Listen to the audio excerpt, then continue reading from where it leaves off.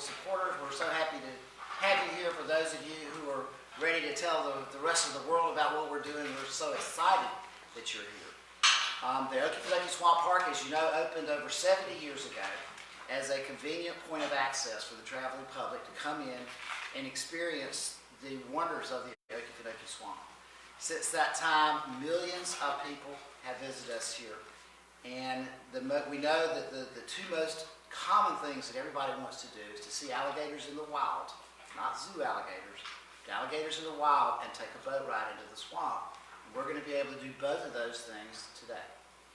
And since the 1960s, with the appearance of Don Berryhill, there's been an increasing focus on education, especially with school groups and other groups that come here and visit. And we're happy to continue that function as far as welcoming educational groups here. Over the past 10 years, we've formed partnerships with every one of the public school systems in the Okefenokee RESA system, and they increasingly send out school groups. And we're going to celebrate today, though, our very latest partnership. We're partners with South Georgia State College, partners with Okefenokee Technical College, but last year we formed a partnership with the University of Georgia.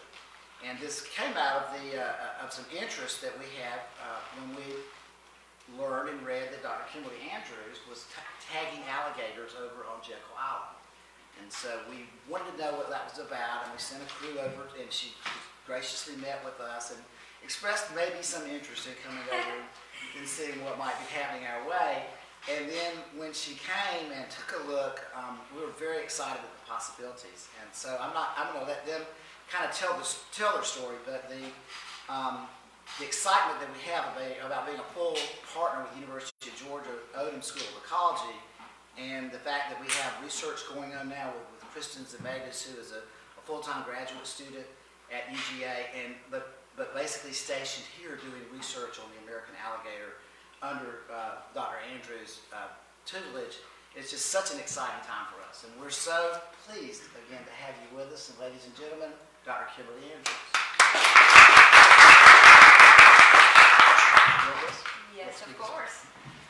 Thank y'all so much for coming. This is a really exciting moment. It was about 2 years ago that we had our first meeting to discuss alligators out here, and we really hit the ground running last October. So this is also a really exciting event because we're about a year in, and we're at the point where we have started deploying satellite tags on female alligators so that we can start understanding their nesting ecology. And these advances in technology have really allowed us to start understanding some of these very basic natural history patterns of alligators in new ways. And Kristen's going to expand upon some of the opportunities and technology that we'll be using to create this understanding. But one thing that is especially different about this project that I think is, to be honest, a bragging point. Dr. Clark mentioned partnerships. So aside from the partnership of Okefenokee Swamp Park and University of Georgia, we are also working closely with the Refuge. We have Michael Lusk here, and we have many other groups that are coming into play. We're excited to have representatives from the media here. We've recently created an alliance with OSearch, and Kristen's going to be expanding upon that. So we think that alligators are so cool, and we're so excited about what we're learning out here that we don't want to just share that with the scientific community. We want that to be an experience that is integrated with the public so that we are all learning alongside these animals and using technology like satellite tags and the wildlife cameras that we're putting in Nest. These allow us to learn together in near real time. And being based here at the swamp, we have facilities, we have an incredible level of visitation, and we have an audience that's coming right here. And so we're going to be integrating some of these stories about the alligators that we're learning with the public, so that this is truly a cooperative effort between the science, the public, and really everyone that loves the swamp and alligators, and those that didn't realize that they did before certainly will after they come to visit us here. So again, thank you all for coming. This is a launch. We're not only excited about it because of what we've done so far, but we're really excited about it because of what we have in front of us. The board has been instrumental in getting us here. I also want to thank Shane Saylor, who is part of our alligator team. It takes quite an effort to get these tags on alligators, and it's a lot of hard work. We have a lot of fun. We're really, really proud of the partnership that we have here with the park, and we're really, really grateful to those of you that want to help spread that word. So, Kristen is our graduate student, and she's doing her master's degree. Her thesis work will be focusing on the alligator research here, and she will be working through the ecology school at University of Georgia, where I'm faculty, and she is our front face to this project, and she's also one of the Twitter handles behind the scene, and so she's going to be expanding on that as well. So thank you all for everything that's already happened, and thank you all for whatever adventures may be in front of us as well.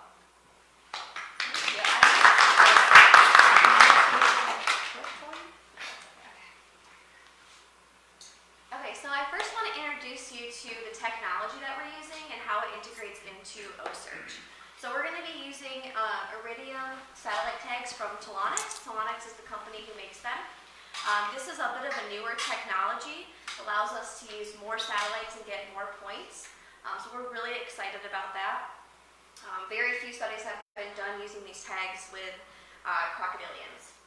So they actually have a built-in VHF unit as well as the GPS. Now VHF just means that we're allowed to radio track the animal in addition to collecting points throughout the day. So I can locate the animal if necessary, and we'll actually experience some of that today on our boat tour.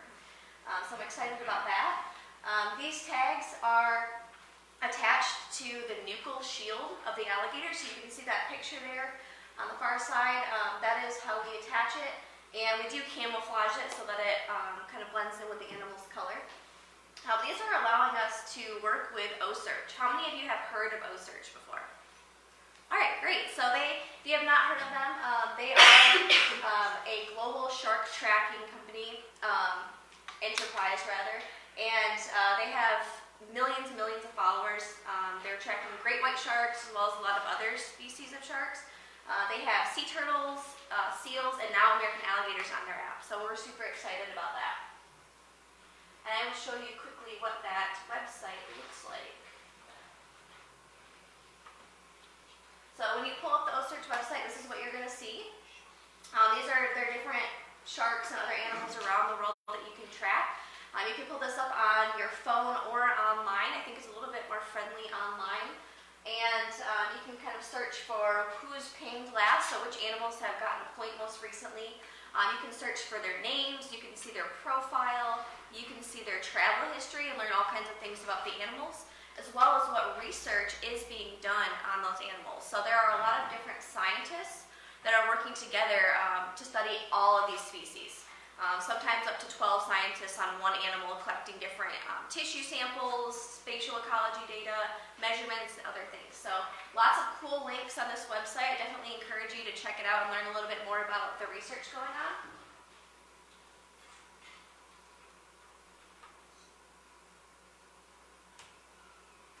So I want to introduce to you our first alligator in the Okefenokee Swamp with a satellite tag on her. Her name is Audrey Lane, and you can find her on Twitter. We have her Twitter account here. You can see a picture of what her profile looks like there. Her handle is Gator Audrey LN. And you should definitely keep an eye on her. We have lots of exciting things coming up to learn more about these animals' behaviors, movements, and even their interactions with other alligators throughout the swamp. So she is sponsored by Judd and Audrey Lynn Seymour, who are here with us today. So thank you so much for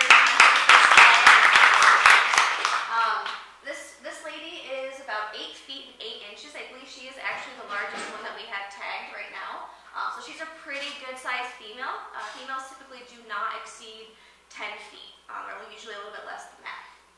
So she's estimated to be around 170 pounds. We obviously were not able to weigh her in the field, but that's a guesstimate based on her measurements that we've taken.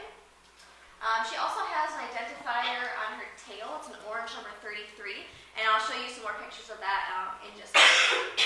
So she was first tagged on the 22nd of June, and we will be going out to the location where she was first tagged today, which is Skull Lake, and we'll hopefully be able to get eyes on her and get some cool photos of her. I'll show you real quick what her profile looks like as well.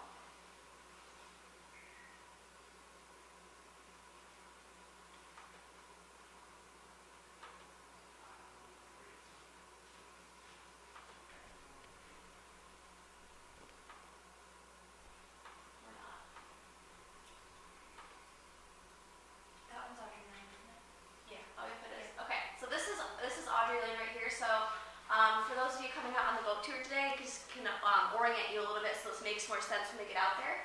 We are going to come in on this boat trail here. Can we turn out the lights? Sure. Shane, they're behind the, Is it this one? yeah, behind that lift. Is that better? Yeah, that's a lot better. Oh, great. Okay. So we're going to come in off the main boat trail up here. And this is actually the tower, the 90-foot tower. And there's another trail that goes into Skull Lake. Skull Lake is kind of this kidney bean shaped area up here. She has used that entire lake. She kind of has like what I call prime real estate in this area of the swamp. It's a really great area for alligators. It's a really great nursery site as well. So she is one of our reproductive females. We hope to learn a lot more about how these reproductive females behave in the swamp and what their nesting habitat looks like. So you can see that she does use quite a big area, and we'll learn more about that as the seasons change. So right now we are in nesting season, but we will see what she does throughout the winter, where she moves her pod once they hatch, and even what she's doing next year during breeding season. It's possible that she could be breeding again next year. We do not have a nesting site located yet for her. She did nest last year, so it's possible that she's taking a year off. We're also going to follow these points and the amount of time that she spends in an area to see if we can hone in on where her nest might be. And you'll get a feel for that a little bit more later as well when we look at some other nests in the swamp.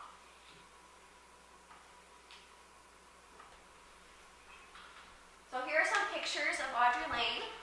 This is our team up here of people who helped us tag her. We have Shane, thank you again for all of your help. And then Alan, another boat guide here at the swamp. That's Kimberly and myself, and then a collaborator, Darren Fraser. These are some photos of her. You can see her moving here. This is actually one of her nursery sites. So I do have Moultrie game cameras out on several of the animals that we're looking at more closely. So she's actually digging out this hole to be a little bit deeper. And she has about 5 or 6 hatchlings right now from last year that hang out with her in this area on a regular basis. And you can see that satellite tag there on her back. And then the photo on top is of her at night. So it's really nice that these cameras take good photos at night. I can actually see a lot of their nocturnal activity, which involves a lot of hunting. And we can see one of her little hatchlings here in the bottom corner. So our second animal that we tagged is named Cypress, after the trees that you can find here in the swamp. She's also a reproductive adult female. Her last nesting event, we believe, was in 2015, so her babies are a little bit older now. We're expecting her to nest again, hopefully this year or next year. So it's kind of the same philosophy. We're following her points to see if we can hone in on where that nesting site might be. So she is about 8 feet and 2 inches, a little bit smaller than Audrey Lane, estimated at about 140 pounds. She also has an identifier on her tail, and we'll look at that again in just a minute. She was first tagged on the 29th of July, and this is in an area of the park called Green River. That's actually quite a bit farther out than where we will see Audrey Lane today. But we're looking at alligators all throughout the Okefenokee swamp and trying to get a feel for how they behave in the various environments. So, and her sponsor is anonymous. And these are, again, this is someone who donated to the project with the intent of sponsoring a satellite tag. So I'll show you her profile real quick here on OSearch. And again, she does have a Twitter as well, so keep an eye on those Twitters for their movements and activities, some fun behavioral facts. But you can see here where she was first tagged. This is called Grumpy's Turnaround. It's an area of Green River. And she's actually been using a little bit of a longer area lengthwise than Audrey because she doesn't have a lake to use. So she's using the canals a little bit more. She actually has several well carved out trails throughout the swamp environment that we're able to see that she is using very regularly at different times of the day.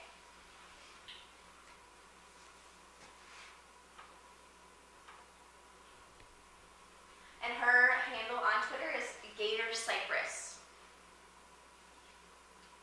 So these are some photos of Cypress that were captured earlier this spring before we got a satellite tag on her. Been monitoring these animals using game cameras to figure out which ones are going to be good candidates for our study since we are currently focusing on females. So this is Cypress and a very large unnamed male suitor that's hanging out with her. And you can see right behind her where that yellow arrow is, there's actually a well carved out trail there that leads deep into the swamp that she uses very regularly. That's her by herself. And then here we have one of her babies.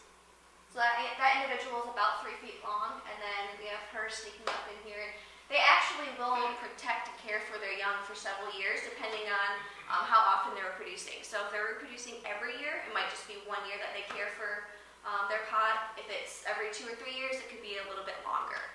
So she has regularly been observed with about 8 3-foot individuals this past spring.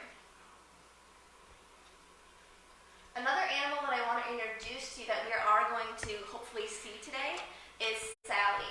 She does not currently have a satellite tag on her, but she could very well have one in the near future.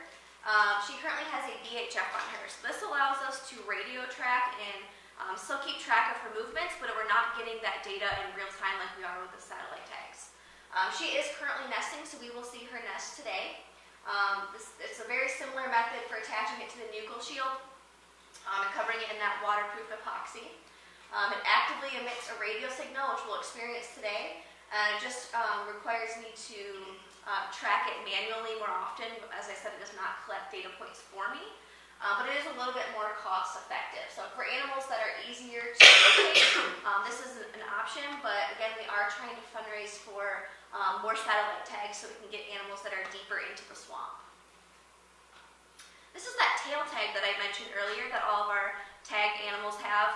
Any animal that we have captured here in the swamp is going to have an identifier. So we do a combination of tail notches, and you can see here how we do that with the A, B, C, D all the way down the tail. Each of those tail scoots represents a different letter.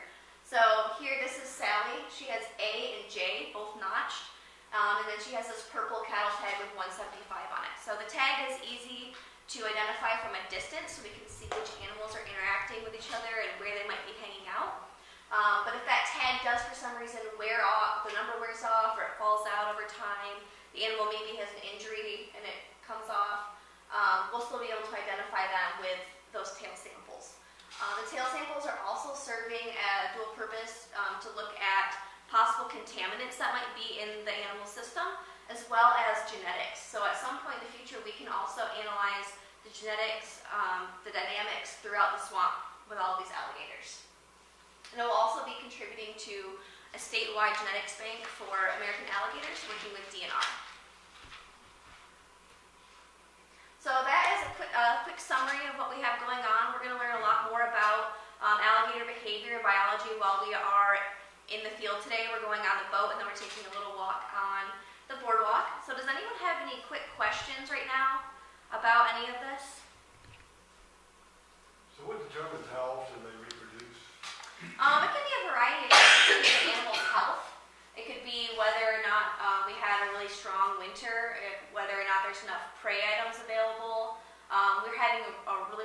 high water year this year, so there's less dry land for them to nest on. It really does vary quite a bit. We have some individuals who will nest 2 or 3 years in a row and then take one off, and then there's other individuals who will only nest every 3 years. It also varies with age. What are some of the top things that you're hoping to learn from the tagging? We definitely want to learn more about what the female spatial ecology is like. So there have been a lot of studies done on male spatial ecology, but we want to hone in kind of on the females and how they're behaving both during a nesting year and then outside of a nesting year. We also want to look at how some of these home ranges overlap. And then we'll also be looking a little bit at nest attendance. So how many hours a day are these females guarding their nests? Because that is a behavior that's very common. We'll talk a little bit more about that in the field. But how often are they spending time at the nest? Is it certain times of the day? And how is that related to predation? And those are just a few things. We actually have several questions we'll be looking at. And this is still, again, a launch, and we're in the beginning stages. So as we go along, we might think of more things that we want to look at in a little bit more detail. But we're really excited about it and hope that it can be a little bit more of a long-term study rather than just my 2-year master's. So I have 2 questions. Yeah. First, it's sort of counterintuitive that drought is actually good for birds because it concentrates prey and they nest more successfully. Do we know if that's true for alligators? Do they nest more? Do they have higher nest success in drought years? I do not think that has been looked at in detail. I do think that prey availability would certainly influence their ability to have a more successful nesting season. So if the drought is related to that and a way that it affects them to not have enough prey items, it could be negative, but they also need to have dry land to nest on. So I was thinking it concentrates the prey like it does for birds, so it actually helps them. But I don't think anyone's actually looked into that in detail. Do you know, Kimberly? I think part of the difference too is that alligators are an apex predator. So birds have to be more conservative in terms of predation risk and energetics. So I think foraging in a concentrated area may be more of a benefit to them than an alligator that can kind of go wherever it wants. The largest restrictions being the availability of water and the social structure and dominance of other alligators. But resource availability is really the big driver, and we see that varying more among sites than we do among years. So in the swamp, everybody's eating pretty well out here. The alligators in the park and in the refuge are looking really great in comparison to some developed areas that don't have as strong or continuous prey bases. One other quick question. The question I get most often is, I think, where do the alligators go during the big fires? Do we know that? Anybody know that? I don't think we do, and that's actually one thing that we can think about with these satellite tags. Not that we want there to be a fire, but it's definitely a possibility. And if it does happen in an area where animals are tagged, we're going to learn a lot more about how they're behaving with some of these natural disasters. And not only fires, but also large storm events. So last year we had Hurricane Irma that dropped over 2 feet of water in the swamp, and we saw some really interesting behaviors with alligators. Some of them disappeared, some of them we didn't see for 7 to 8 months. So those are things that we can still look at with the satellite tags as well. They have a lot of hiding places, and they use those for the winter or when biologists are trying to capture them to put a satellite tag as examples. They seem to know. Do They learn, and they learn specific people, so I guarantee you the alligators at the swamp feel differently about me than they do you. I think I'm do they each one have their own territory? I mean, like you said, like one's in one lake, one's there, are they very territorial? Yeah. No other females will come into those areas? So that's actually something that we're looking at as well. So as far as we've seen so far, their home ranges aren't overlapping a whole lot, but that does vary with season. And we definitely have caught other animals going in and out of those territories periodically. Some females are a lot more aggressive and will defend their territory and chase other animals out.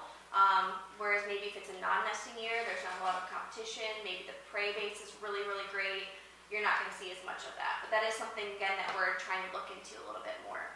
And not even just with females, there could also be males going in and out of those territories that might affect the female's behavior. Good question. Any other questions? While all these questions are really advancing for alligator ecology, it's really important to note that as managers, educators, these are the questions that we get when we're trying to ensure that we're making the right decisions and telling people the right things about conserving our alligator populations. They are still on the endangered species list. They're assigned a category of threat due to similarity in appearance of the American crocodile, and they've rebounded impressively. That's another thing that we're really excited to rally around. We have a tremendous success story with the alligator populations coming back since the 70s, and we want to make sure that that is a trajectory that continues. So when we're working on sustaining a population, removing them from the endangered species list, or preventing an animal from getting listed as an endangered species, we have to understand how many animals are out there, how are they distributed around our habitat, do they have enough of what they need to live and survive. And so that's a lot of what's driven these questions for understanding what the females are doing, that reproduction, and how that's related to habitats and other members of the alligator population. So aside from the benefit to the scientific community, the excitement with engaging the public, these are also really valuable questions that those of us behind the scenes that talk about these decisions. And another reason we're excited to work with the refuge, because this actually helps us do our jobs to understand these animals more. Yeah, good question. Yeah, outside from natural disasters, like you mentioned, hurricanes, fires, what are some of the largest risks to the alligators in the swamp, and does this project aim to address any of those? So, I guess if we're looking at adult alligators in the swamp, they don't have a whole lot of threats, honestly. They're an apex predator, they're at the top of the food chain. They're more likely to encounter conflict with each other, so cannibalism is a thing, fights over territory or mates, those things happen as well. Black bears are very prevalent in the swamp, and they're actually preying on the nests. So from a general alligator standpoint, from all size classes, it's probably going to be the predation rates that you see on nests and on the hatchlings when they are very small and vulnerable. And so looking at some of the nesting ecology and how these females are selecting their sites and behaving in their home range, defending their nests, that's going to let us look at, learn more about how recruitment really happens here in the swamp and what's affecting them. Good question, thank you. Chris, I've been impressed with how close Sally has built her nest to a boardwalk that is daily walked on by humans. Yes. Do you have an opinion, or do you have any thoughts on how it is that she chose a site that close to where we all are, as opposed to someplace that we wouldn't really have trouble finding? Yeah, so she's a very interesting individual, and we'll see another one on the boat trail too, a nest that's been built on the boat trail. But Sally has alternated between having a nest only a couple of yards from the boardwalk and the train track. So she actually switches between nest sites. Nest site fidelity is very common with alligators. They'll either nest in the same spot or alternate between a couple, depending on the conditions. But I think that it may very well be a strategy that she has developed. Being close to human traffic is maybe deterring some of the predators. So raccoons and things like that, certainly during the day when people are present, it could be deterring some of that. Now I will say that we have captured a juvenile black bear at her nest on the boardwalk, actually at night. So it still happens, but she is a very, very good mom. She's avidly guarding that nest. So that's something that we're hoping to look into a little bit more as well. We can compare, the visitation and guarding behavior of animals that are maybe in areas where there are more people compared to areas that are farther out in the swamp and they're not getting that human interaction. While you've been watching this, what's the most unusual thing you've seen? Or that you could share? Most unusual She's thinking thing. through a long list.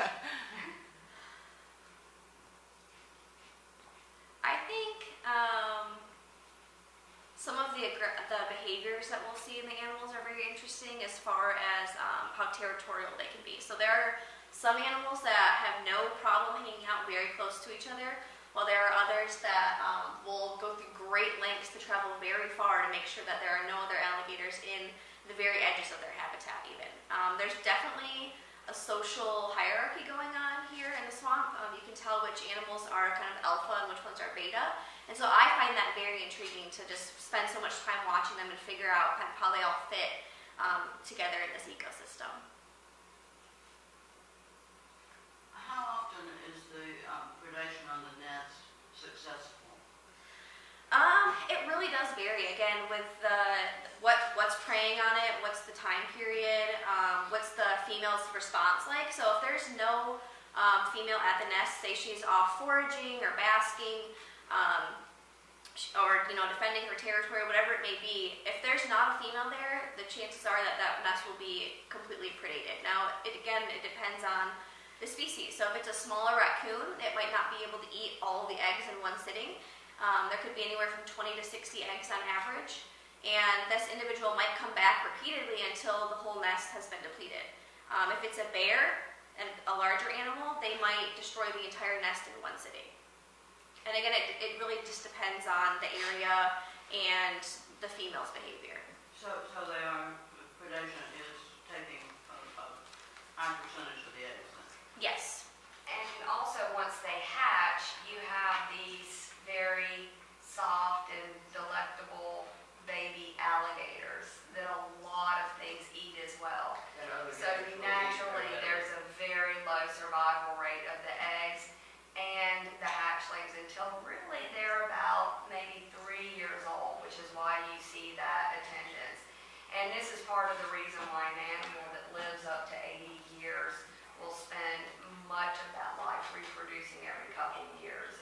I think it takes them quite a while to essentially replace themselves with their progeny. Yes. Between the time that the eggs are laid, what's the time for hatchlings normally? Normally it's around 65 days. So it just vary throughout their range if it's warmer or cooler, how long the incubation period takes, but it's around that time period. I heard somewhere that warmer produces more male or female and colder produces more male. Yeah, so a lot of reptiles have temperature-dependent sex determination, and that means that the temperature of the egg while it's incubating will determine whether it's male or female. So with alligators, we'll see that higher temperatures will produce typically males, and then lower temperatures will be females. And that could vary between all kinds of reptiles. So turtles, for example, is opposite. Males are going to be that cooler temperature, and females will be the higher temperature. Have you noticed a lot of difference in the freshwater and the saltwater? Are you following them as they go out there? That's something that actually Kimberly can speak to, because that's a lot of the work that she's done on barrier islands. We are actually writing a couple papers from the work at Jekyll, and that project was tracking male alligators because we were interested in the wider ranging animals and in particular movement among islands and through marsh and even ocean habitats.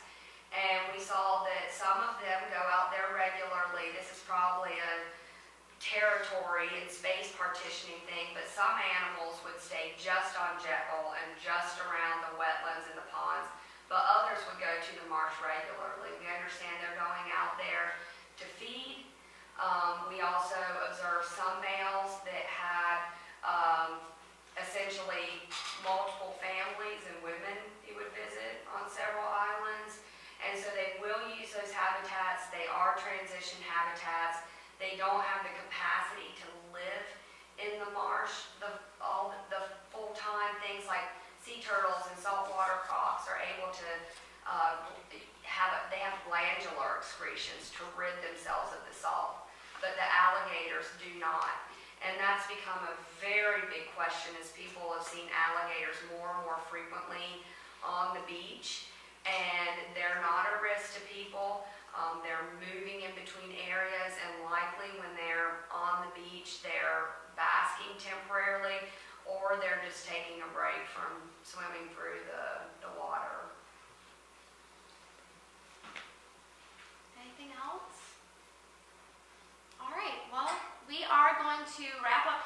gonna head over to the boat dock. We're gonna go ahead and get some bug spray on if you haven't already, and we have that outside for you here. So we will meet you at the boat dock. Thank you. And there are drinks as you